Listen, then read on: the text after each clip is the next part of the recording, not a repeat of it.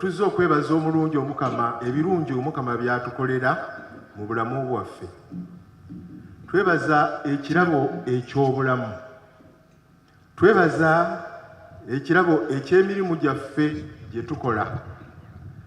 Twebaza olw'ekirabo eky'amaka gaffe mwe tubeera.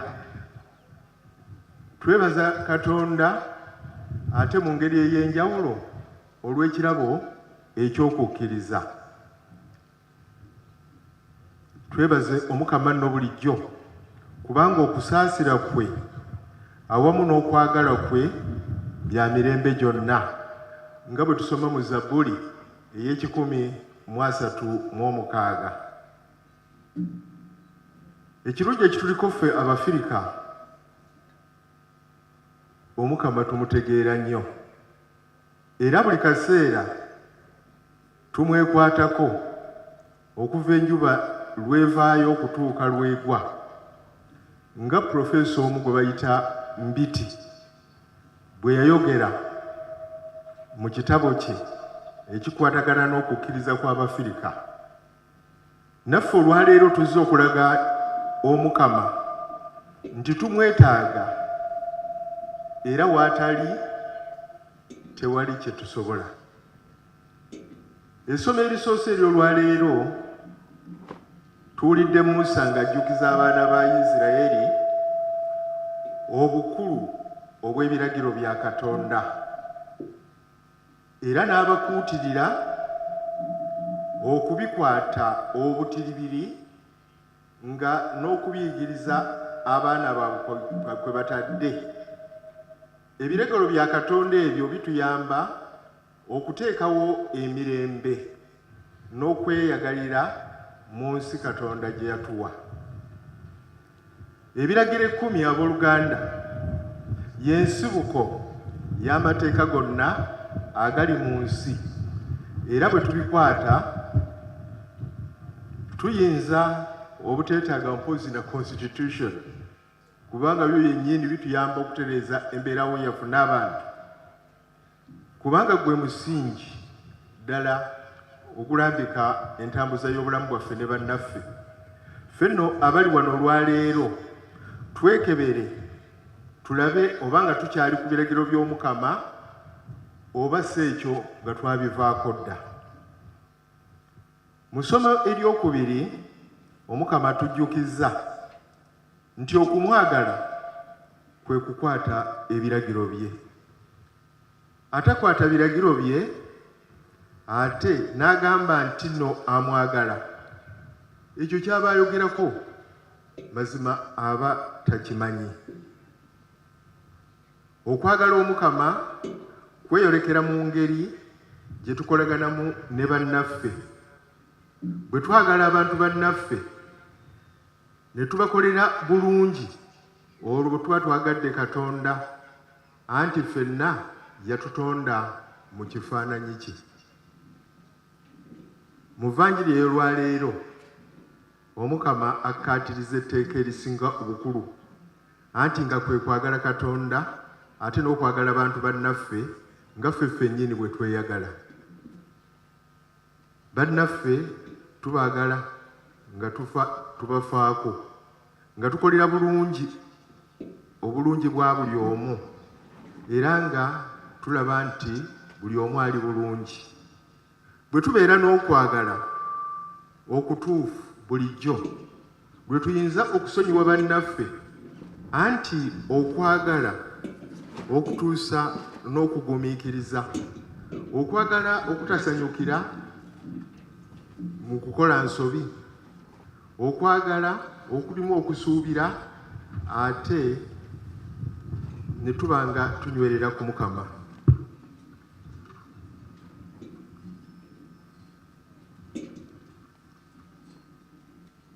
Katusabe Omukama Katonda waffe mu kitambiro kino atuwe omutima omuggya oguyaayaanira okukwata ebiragiro bye, anti nga bulijjo tusobya naye bwe tuba tusobezza Omukama atuwe okukomawo atusaasire tusobole okunywerera mu mukwano gwa Katonda. Omukama bulijjo atulinze okwenenya nga tatukaka. Ffe tuli baana abasaasaanya anti ffenna twonoona mu ngeri ezitali zimu naye Omukama atusaasira. Awo nno tumweyune bulijjo okubeera nga tudda mu mukwano gwe. Tuleme kubeera ng'omwana ow'okubiri mu lugero lw'omwana omusaasaanya ono eyanyiigira kitaawe olw'okuba yazza oli eyali agudde mu nsobi. Kyokka naye yalina ekibi eky'okusiba obusungu ate n'okuba n'omutima ogutasonyiwa. Abooluganda baagalwa, nga kitaffe bwe yatugambye tufeeyo okutambulira awamu okulaba nti nno tusabira eggwanga lyaffe lisobole okutambula obulungi.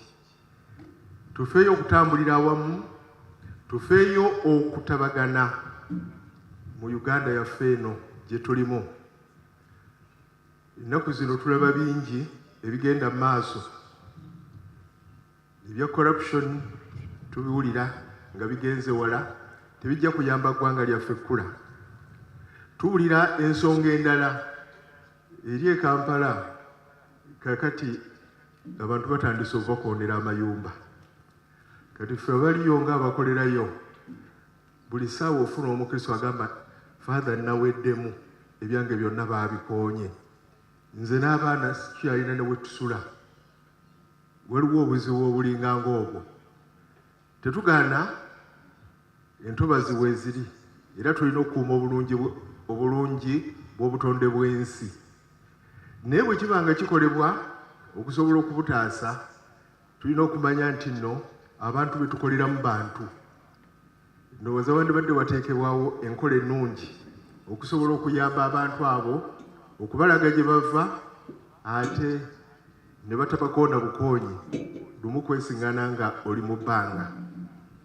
Ebyo bye bimu ku bizibu bye tumanyi naye ng'ate waliwo n'ebirala bingi nga twetaaga okudda ku maviivi gaffe. Tusabe Omukama atusindikire mwoyo omutuukirivu. Ate tugambe atusindikire n'abakulembeze abalungi nga bano be tulaba mu bitabo ebitukuvu nga Musa, okulaba nti nno eggwanga lyaffe tusobola okutuleereza obulungi lisobole okubanga lisobola okuyamba abantu ba Katonda okusobola okulibeeramu obulungi. Buli ebikolebwa bibeere nga bikolebwa naye nga bikolebwa ku lw'abantu. Emisolo nagyo gikalubize ebintu ate naddala aba bizinesi.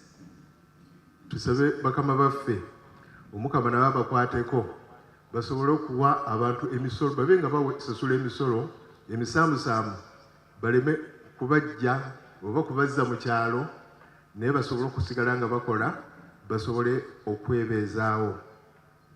Abooluganda baagala twesabire bulijjo ffenna tukolerere obutuukirivu anti kyekyatutondesa ffenna. Olunaku olwaleero nno luliko omutuukirivu mu Eklezia Katolika ayitibwa Alonzius Gonzaga. Atuwa ekyokulabirako okufaayo eri bannaffe. Ye yaleka n'ebyobusika bwe n'agenda aweereza abaavu. Teyeefaako yekka naye yafa ne ku balala. Kano kabonero katuufu kennyini Yesu ke yakola n'omutuukirivu ono yakikola. Awo nno katwesabire omutuukirivu ono naye atusabire.